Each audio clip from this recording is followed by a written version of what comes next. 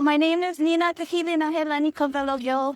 I am a female pipe fitter and welder here at Pacific Shipyards International. A typical day at PSI, it can range from something as small as cleaning up the area that you work in, all the way to ripping out and remodeling pipe systems and decks and anything that you could really think of. Not only do I like my job, I also love my job. It's my passion. I started from nothing and created something that not many people can do. It's just a fun thing to do. As a pipe fitter, for instance, I'm able to take something round and square it off. I kind of feel like an artist in a way. Like I get to sculpt my own thing.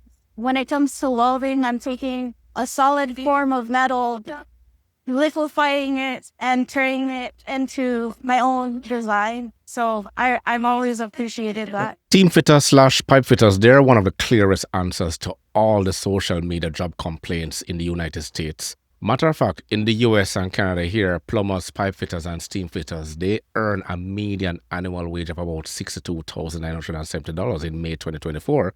And the BLS projects about 44,000 openings a year from 2024 to 2034. At the same time, secretaries and administrative assistants show zero growth. And the BLS says automated systems, including AI, are part of the drop in office work. I can't find any job, it feels like, that wants to pay me enough to live. Okay, update. I'm still unemployed. I actually hate it. I've applied to over 50 jobs, which I'm not unique. I've seen so many videos recently of people in the exact same position as I am, and they've even applied to like a million more jobs than I have. So me having applied to 50 jobs and over 50 jobs and still not having a job, like, so not unique. But that's the situation. Still can't find a job. Even though I'm applying out the wazoo, I'm using all my resources, like calling on previous employers, but whatever. I'm at a job fair today. I brought 3 copies of my resume. I'm not going to show you guys my resume or any of that, but resume and transcripts from both undergrad and grad school. So wish me luck. Let me put my disclaimer out there. This version is going to be using US data, and it's not about women as a group. It is about people who keep chasing clerical work, as you're seeing here, while the market keeps moving away from it. Women still make up about 3.2% of plumbers, pipe fitters, and steam fitters, while women overall are about 4.3% of construction trade workers. And that tells you the trades are wide open, but they are very, very thin. Hi, we're here to see a day in the life of a mechanical fitter. Hi, I'm Sophie and you've come to just the right place. So where are we? We're currently out on the wharf up on one of the unloaders here at QAL. Okay, so what actually is your job? As a mechanical fitter, down in raw materials, we do a lot of work on the conveyors. We rebuild pumps, reinstall motors, and just any kind of maintenance on any of the machinery out here. Can you tell me a bit more about the pathway to becoming a mechanical fitter? So I applied through the QAL website and then I completed my 4-year apprenticeship. Can you describe a typical day in your job? So we start every day off with our toolbox where we share our safety shares from the day before, and we're given our jobs for the day where we usually work in pairs. And then after that, we will head to our permit room where the operators will give us our permits for the day, for the job we're working on, just to make sure it's isolated properly and all tagged out. And then after that, we will complete our task. And then once our task is completed, we will housekeep and leave the job nice and tidy for the day. Nice. So what are the hours like? So as an apprentice, we do 9-day fortnights, and which means we get every second Friday up. And then now that I'm a tradesperson, I do a shift roster, which means I work 5 days on, 5 days off, and then 4 days on, 4 days off. Well, thanks so much for showing us around. Thank you. Bye. Bye. Has to be a Canadian. She ends with a high pitch at the end of her sentences. If you want work that still has room, you have to stop waiting on desk jobs to save you. You have to look at the trade path. BLS says most plumbers, pipe fitters, and steam fitters, they learn on the job through an apprenticeship, and some attend a vocational technical school first, while most states requires a license. Now, here's the part people keep skipping. Steam fitters, they work on pipe systems that move steam, gases, or liquids in homes, plants, and large buildings, and they install, fit, test, and repair systems that keep real places running. That takes hands-on skills, fieldwork, and judgment. AI does not crawl through a plant or fit a pipe or even fix a bad joint. And that matters because BLS says office and administrative support, it is projected to fall 4% from 2024 to 2034. And it says automated systems, including AI, are expected to contribute to that decline. You can get paid to build the veins of our entire world, from nuclear power plants to the systems that make your food. This is the life of a steamfitter pipefitter. These pros build, install, and maintain the piping systems that carry almost any fluid imaginable: oil, gas, steam, and chemicals. Forget small jobs. We're talking about massive industrial projects. Think oil refineries, pulp and paper mills, and even offshore platforms. They work with specialized materials like stainless steel and chrome moly, handling the highest pressure and temperature applications anywhere. It's a job that requires serious skill and scientific knowledge to do it safely. The best part? You get paid to learn this trade through a union apprenticeship. It's a learn while you earn model. You work on real job sites under a qualified expert who teaches you the craft, a system that's been proven for centuries. While you're earning on site, you also attend classes to learn the theory behind the work. All you need is a high school education to start. This isn't just a job, it's a highly rewarding career. You get good wages, great benefits, and the security of a union contract, including insurance and a pension. It's a path to becoming a skilled craftsperson in a proud and essential trade. I can't emphasize this more, how the trades are important, especially it has been with us since the dawn of time, because the men who go out there and build the roads and the huts that we were living in at one point, they are the ones that look down upon, because social media blew up and started advertising vanity as the way to live, with fancy cars, big mansions and boats. Yeah, but I digress, because the OECD says occupations that rely on manual skills and strengths, they tend to have low AI exposure, while AI is closer to routine information work and administrative tasks. So when women on social media tell other women to become steam fitters, pipe fitters, plumbers, that advice actually makes sense. They are pointing to a trade with pay, with openings, and a real route to get in. BLS also says plumbers, pipe fitters, and steam fitters, they usually work full-time, often nights and weekends, and plumbers are often on call for emergencies. That is the trade-off. You trade comfort for skill. What makes you proud about the work that you do? I didn't have a female role model coming up through my formative years in the trade, because I've been in 5 years now. I know I'm still new, but those were my formative years coming up, right? And all the role models that I had were male. Everybody that I saw on social media, male. Yep. And so I just love, especially through the sisterhood, being able to show all these thousands of women, millions even, because I do have a very large reach on my TikTok as well.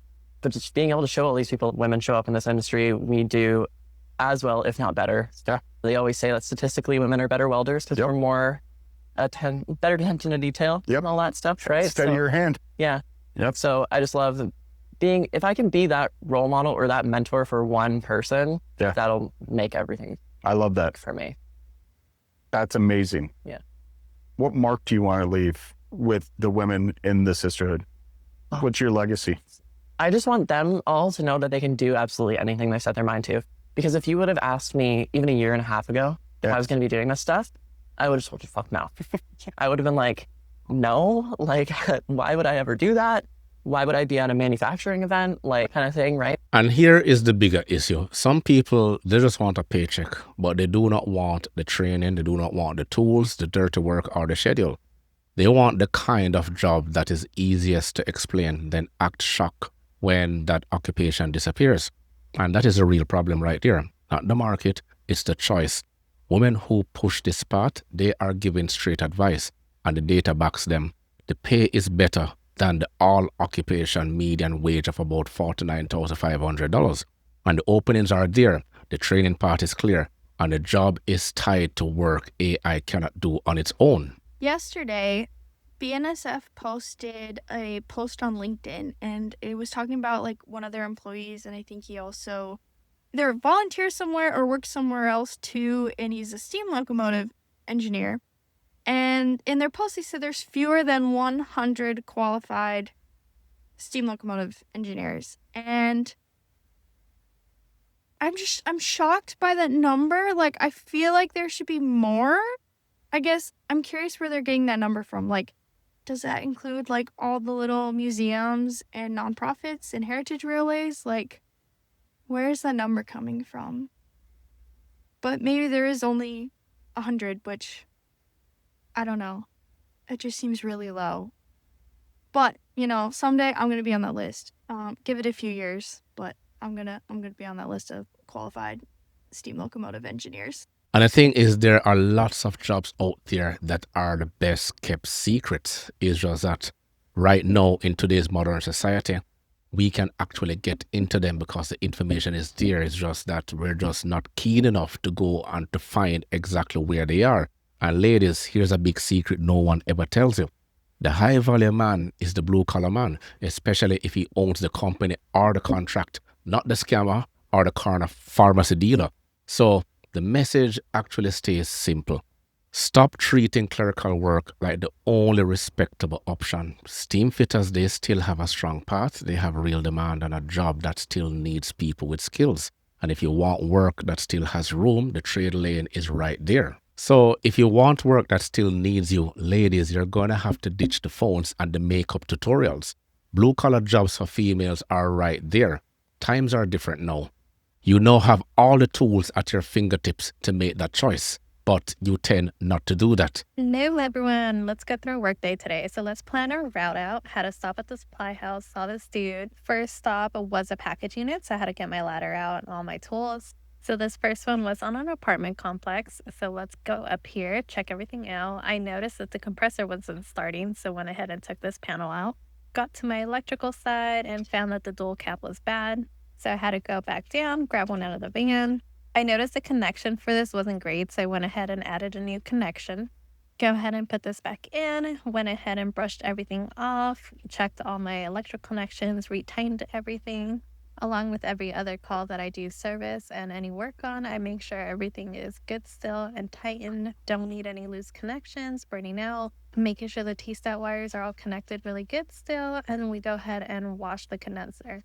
Plugged it all back in, got the service door back on, and we're off to our next one. Of course, real quick, Red Bull break. The next call was a vacant mobile home, needed service on, and a contactor changed out. So I went ahead and grabbed all the things I needed. They left me the door code, so I went ahead and got in, changed these filters out because they were really overdue. Not gonna lie, these filters actually took me a minute to get on there. Nasty, dirty filters. And let's change out that contactor. And of course, everyone will do things differently. I went ahead and unmount the old contactor and put the new one on and reconnect all my wiring. I go ahead and send out all my invoices and we're done for the day. Thanks, guys. Hello, everyone. On this channel, I tend to want to show the positive side. I know this one is not a steam fitter, pipe fitter, but I wanted to throw it in there to show you exactly that there are women out there encouraging the trade and showing how it is done. So I really hope you enjoy it, and I'm going to be pushing more videos like this. So ladies, you can join the long list of people on the internet complaining and sound like this. I'm unemployed. I can't get a job. God won't let me work. I haven't had a job in 9 months. I posted a post about this literally yesterday, and so many of you have commented on here. Sorry, I look like a ghost in this lighting. Apparently, so many of us are going through this situation right now. I'm tired. I'm frustrated. I'm worried about the bills. I'm about to lose my house in 2 months if I don't find more money, more income. My bank account is dwindling down. I'm scared I'm going to lose my car. I told you guys, hell, I even applied at the boba shop and still couldn't get an interview. Today, I said I'm going to make a change. Well, actually, it was last night when I was laying in bed. Starting now, I'm going to use all this extra time that I have to do something to glorify God. I'm going to start ministry. I'm going to start discipling. I don't know what it is. I don't even know the right terms, but I'm going to take it seriously. I'm going to take it seriously like it's a job. I'm going to learn it. I'm going to study it. I'm going to structure it. I'm going to make videos. I'm going to do whatever it takes. I don't know what it looks like. I have no clue, but that's what I decided last night. I'm ready to have a job again. And all the information is right there. Or she could go ahead and do something and learn from her. This is a neat answer. What do I do in the trade? How did I get into the trade? How could somebody else get into the trade? At 30 years old, in 8 Melon, I was tired of working dating customer service jobs that require a lot more work for a lot little pay. I was on TikTok scrolling, minding my business. Just I don't know how I got into a lot of oil field content. I started seeing a lot of female welders, and I started wondering how the fuck can I do this myself? So I started doing my research. I did not want any student loans, so I started looking into training programs. When I started looking into training programs, that's when I discovered what an apprenticeship is. An apprenticeship is basically paid training. You work full time, get on the job training, get a paycheck and benefits all at the same time. Most apprenticeships are offered through trade unions, so I started looking at trade unions in my area. It was something as simple as a Google search. I looked up trade unions in my area, came across the IBEW, Pipefitter Union, Labor Union, and Iron Workers. I looked at each website, what the requirements were to get into the apprenticeship, and who was currently accepting at the time. Let's backtrack a little bit. Remember, I got into this because I started seeing female welding. I wasn't even a welder myself, so I started looking into the trade that welded the most. I was meeting pipe fitters and iron workers. I looked at iron workers. The shit they did looked a lot cooler than everybody else. And funny little side note, since I've been an iron worker, welding is my least favorite part of the job. I would rather do anything else besides it. I like to weld, but it's not my passion. I also chose iron working because I've had no transferable skills to the trade. I wanted something that was going to challenge me, so it was something I had no experience with, so I was stepping in and ready to learn at all twisted turns. Now, with my local iron working, you have to apply in person, and they only accept applications at Local 63 on Wednesdays between 8 and 11 a.m. Once I did my application, I received a letter saying that I had been accepted into the pre-apprenticeship. Pre-apprenticeship started in January and went on for 2 weeks, 2 days a week for 5 hours. I think it went from 7 to 12. And So all the information is there. You decide Misery Loves Company, or you go with somebody who is actually telling you how to get in. The choice is yours.